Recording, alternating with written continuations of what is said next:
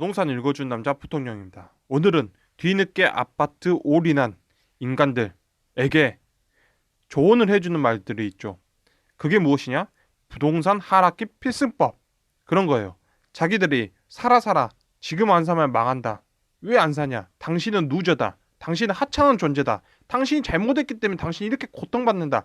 그래서 살아 했던 사람들을 이제 와서 부동산 하락기 필승법이라고 알려주고 있어요. 이런 것들이 너무 어이없다는 거죠. 너무 어이가 없어요. 그 중에서도 가장 최고의 베스트 필승법이라고 알려주는 방법들이 너무 어이가 없다는 거죠. 그게 무엇이냐? 그런 거예요. 맨날 돈 더 주고 사야 된다. 떨던 부동산 유튜버가 부동산 하락기 필승법이라고 공개했어요. 바로 그 무시무시한 필승법이 버틴다입니다.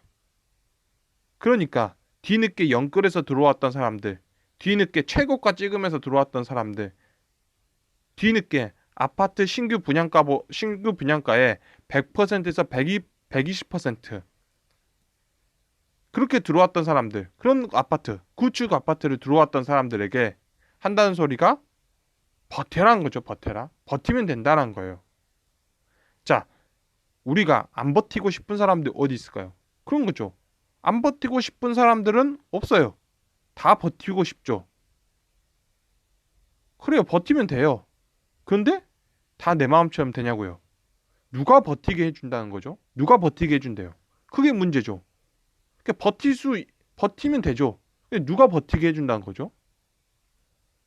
자, 은행은 압박하고 회사는 구조조정 명예퇴직 이야기 나오고 정부는 가격 하락을 주거 안정화 달성이라고 치적이라고 떠들고 누가 버티게 해준다는 거예요.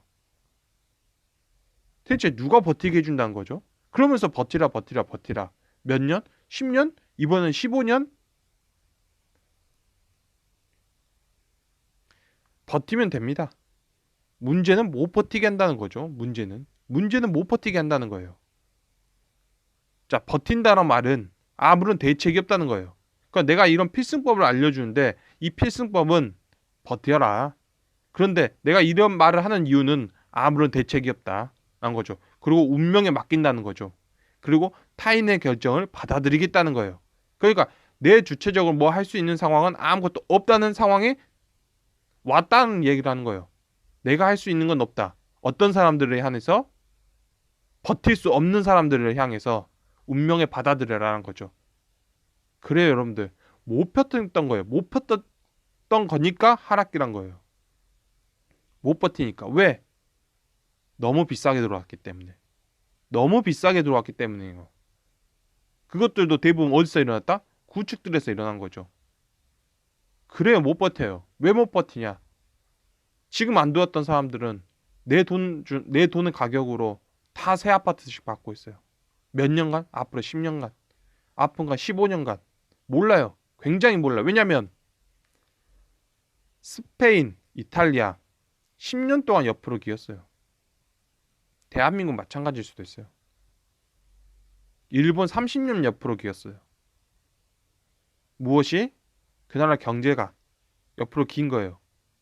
그러면서 계속 버텨야 됐죠. 여러분들 축구 선수 라모스도 스페인 부동산 투자했다가 망했어요. 축구 대표팀 선수도 몇백억씩 받는 사람도 왜? 스페인이 옆으로 기어버렸어요. 스페인 나라가 옆으로 기어버렸어요. 대한민국이 스페인과 어깨를 나란히 할 동안 스페인은 아무것도 안 했던 거예요. 현실이 현실. 이게 현실이죠.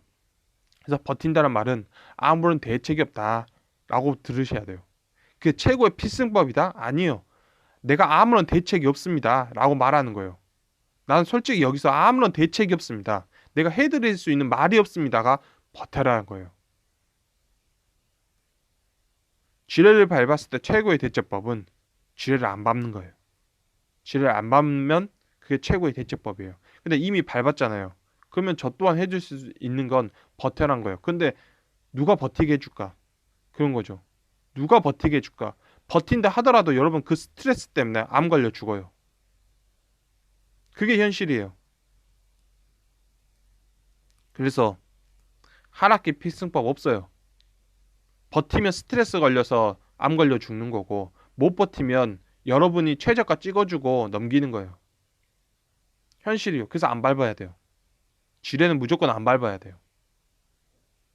지뢰를 밟고 나서 나를 구해주러 올 때까지 계속 버텨라. 그러다가 사람 스트레스 걸려서 암 걸려 죽거나 동물한테 물려 죽어요. 그냥 멧돼지한테 사냥당해서 죽고. 이게 현실이에요. 그래서 오늘은 너무 어이없는 필승법에 대해서 알아보았습니다. 여러분, 버틴다란 말은 나는 아무런 대책을 안 갖고 있다 라고 들으시면 돼요. 아무런 대책이 없다. 그리고 대한민국 경제에 맡긴다는 거예요. 운명 자체를. 근데 그 운명을 타인에게 맡긴다는 거잖아요. 얼마나 무책임해요. 그래요, 여러분들. 그래, 현실이다 정도로 오늘 영상을 마칠까 합니다. 지금까지 시청해주셔서 너무나 감사합니다.